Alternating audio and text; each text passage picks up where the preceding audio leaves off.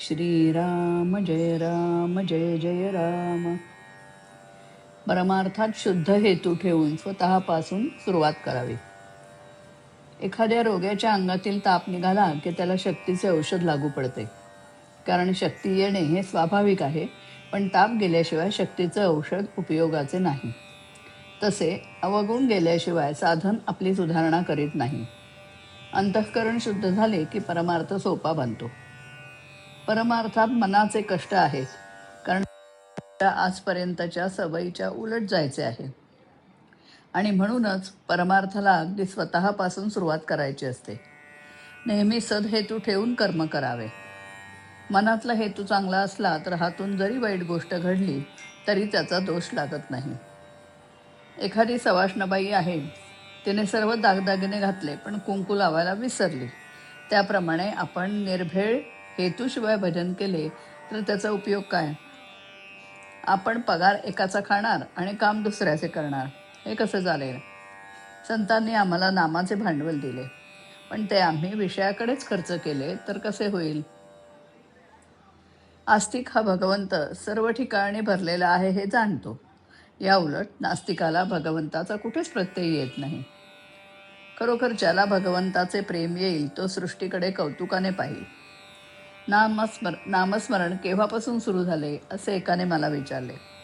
मी म्हटले, नामस्मरण जगाच्या उत्पत्तीपासून सुरू झाले. पण नामाचा अनुभव यायला त्याचा उत्पत्तीकाल कळून का उपयोग? भगवंताच्या प्रेमाशिवाय सर्व वाया आहे. ते प्रेम आतून यावं. आजारी माणसाला प्रेमाचा एक शब्द हा 100 डॉक्टरांपेक्षा जास्त महत्त्वाचा वाटतो. आपण त्याच्यावर प्रेम करतो याची त्याला जाणीव असेल, त्याचे दोष काढलेले त्याला बोचत नाहीत. पक्ष्यांची पिल्ले त्यांच्या पंखाखाली वाढतात, त्याप्रमाणे घरातल्या माणसांना आपण प्रेमाच्या आश्रयात ठेवावे. आईने मुलाचे दोष त्याला सांगितले तरी त्याला त्याचे वाईट वाटत नाही. जगात प्रेम ही अत्यंत मोठी शक्ती आहे. प्रेम निस्वार्थी मात्र असावे. आईबापाच्या श्राद्धाला 1000 ब्राह्मण घालणाऱ्यांपेक्षा जो आईबाप जिवंत असताना त्यांची सेवा करतो तोच खरा पुत्र. प्रेम ही भगवंताची वस्तू आहे आणि प्रेम करायला आपण आपल्या घरापासून सुरुवात करावी. एक जण घरी नेहमी म्हणे की मी संन्यास घेतो. घरच्या बाईला फार वाईट वाटे.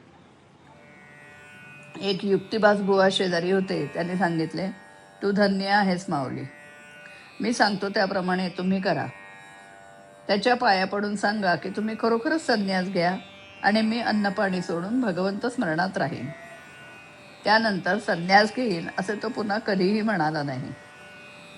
खरोखर आतमध्ये भगवंताचे अनुसंधान ठेवून बाहेरून वृत्ती आवरण्याचा जो प्रयत्न करील त्याला परमार्थाचा अनुभव फार लवकर येईल. भगवंताचे प्रेम एकदा चिकटले की त्याच्या आड दुसरे काही येत नाही. श्रीराम.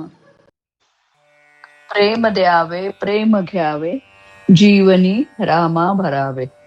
शुद्ध हेतू बाळगावा, राम गावा राम ध्यावा.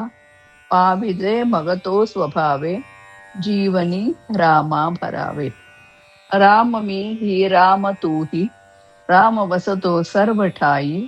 दुःख हरणे तोष पावे, जीवनी रामा भरावे.